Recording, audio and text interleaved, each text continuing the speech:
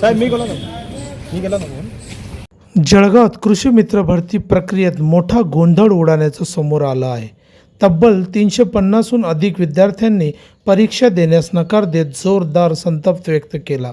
विद्यार्थ्यांचा आरोप आहे की 25,000 रुपये मानधनाची नोकरी देण्याचे आश्वासन देण्यात आले, मात्र प्रत्यक्षात कृषी प्रोडक्ट विक्रीचे काम करण्यास सांगितले जात असल्याचे त्यांचे म्हणणे आहे. या प्रकरणी विद्यार्थ्यांनी परीक्षा केंद्रावरच आंदोलन करत फी परत करण्याची संबंधित कंपनीवर कारवाई करण्याची मागणी केली आहे. युमिक म्हणून त्यांचं प्रोडक्ट आहे, हे विकावं लागेल तुम्हाला विदाउट जीएसटी लायसन्स आहे आणि त्यांनी आमच्याकडनं परीक्षा फी 250 रुपये घेतली.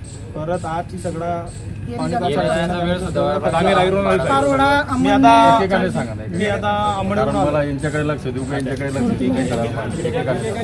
मी आंबेडवरून आलो. बरोबर तुमचं जे आता समस्या आहे त्याच्या संदर्भात आपल्याला कोणाला भेटायचं आहे असं ही कंपनी म्हणजे संभाजीनगरची आहे. त्यांनी सर्व महाराष्ट्रभर आज परीक्षा बराबर आपल्या 11 ते 12:30 परीक्षा घेतलेली आहे.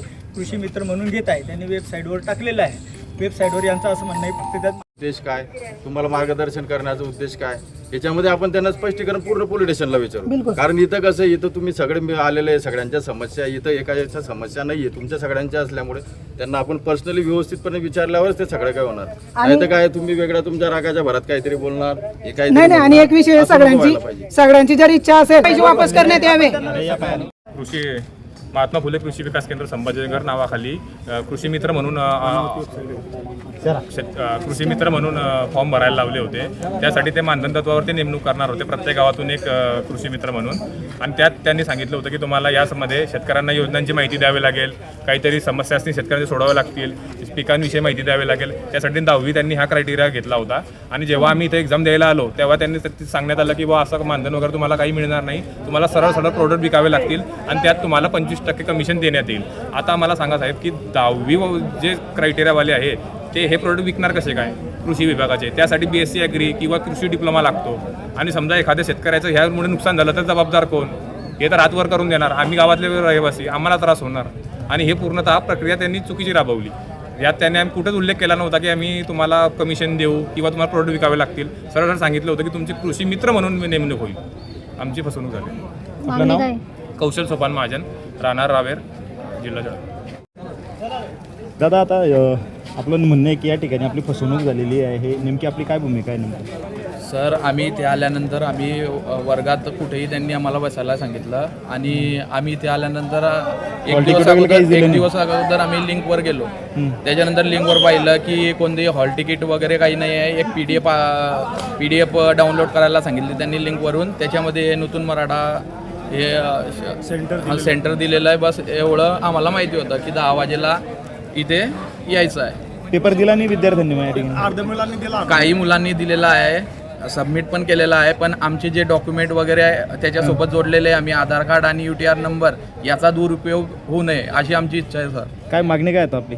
आता आमची एवढीच इच्छा आहे सर, जी आमची फी आणि आमचं जे येण्या जाण्याचा खर्च आणि आमची झालेली मानसिक ही पूर्ण, म्हणजे आम्हाला आमची फी पूर्ण परत मिळावी आणि जो झालेला खर्च तो पण पूर्ण मिळावा. आपलं नाव? कमरुद्दीन तडवी. होते आणि कृषी विभागाशी संबंधित एक प्रोडक्टच्या बाबतीत विद्यार्थ्यांची तक्रार आहे, नेमकं काय प्रकरण आहे सर संपूर्ण? मान्यचे विभागीय कृषी सहसंचालक यांचं एक पत्र प्राप्त झालं. त्यामध्ये असं म्हटलं होतं की महाराष्ट्रात बऱ्याच जिल्ह्यांमध्ये अशी परीक्षा होत आहे. एक महात्मा फुले कृषी विकास मंदिर छत्रपती संभाजीनगर यांच्यामार्फत होत आहेत आणि त्याच्यामध्ये कृषी मित्र असं म्हटलेलं आहे आणि मानधन तत्वावर आहे असं एक कळालं. त्या अनुषंगाने आम्ही इथं एक पडताळणी करायला आलो होतो की आपली शासनाची नाही आहे, प्रायव्हेटमध्ये आहे, याच्यामध्ये कुठेही शासनाचा उपयोग केला आहे का त्यांनी, त्या अनुषंगाने पडताळणी करायला आलो होतो. इथल्या विद्यार्थ्यांची चर्चा केली.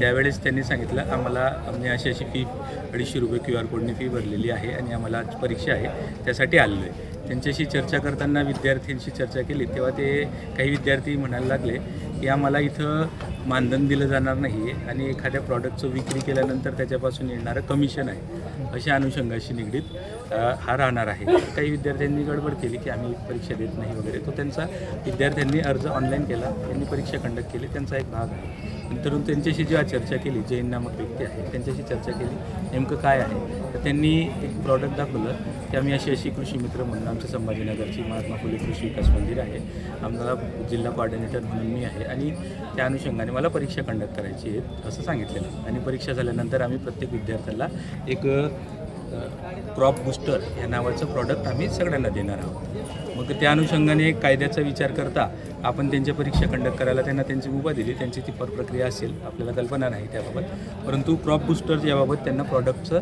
माहिती मागितली, कारण आपण कायद्याअंतर्गत हे प्रॉडक्ट येतं. तर त्या अनुषंगाचं त्यांच्या प्रॉडक्टबाबत लायसन आणि इतर विक्री परवान्याबाबत माहिती मागितलेली आहे. ते आल्यानंतर तदनंतर आपण कारवाई करू. तत्पूर्वी आपण ह्यांचं एक नमुने तपासणीसाठी काढणार आहोत. पुढे जाऊन ह्या अनुषंगाने काय निघतं काय नाही आहे त्या अनुषंगाने कायदेशीर कारवाई करता येईल. याच्यात जर काही बनावट प्रकार निघाला तर गुन्हे दाखल होणार आहे? त्या अनुषंगाने आता आपलं विश्लेषण अहवाल येईल, त्या याच्यावर आपल्याला निर्णय घेता येईल. याबाबत कोणाची तक्रार आपल्याला प्राप्त झाली होती का? नाही, तक्रार नव्हती. आम्हाला जे आमचे विभागीय कृषी सहसंचालक यांच्यामार्फत पत्र प्राप्त झालं होतं. अशी एक्झाम होत आहे, तिथं फक्त कृषी विभागाचं नाव किंवा शासनाचं नाव घेऊन एक्झाम होते एका कंडक्ट. हे बघा, एक्झाम कंडक्ट करताना शासनाचं नाव किंवा इतर कोणत्याही बाबी नव्हत्या. फक्त प्रॉडक्ट विकताना त्यांनी हे प्रॉडक्ट विकत होते. म्हणजे विद्यार्थी जे आले प्रशिक्षणार्थी त्यांना एक प्रत्येक प्रशिक्षणार्थीला देणार आहेत असे प्रशिक्षणार्थींनी सांगितले आणि त्यांचे जिल्हा कोऑर्डिनेटरनी सांगितले. त्यानुसार याचा नमुने काढण्यात आले.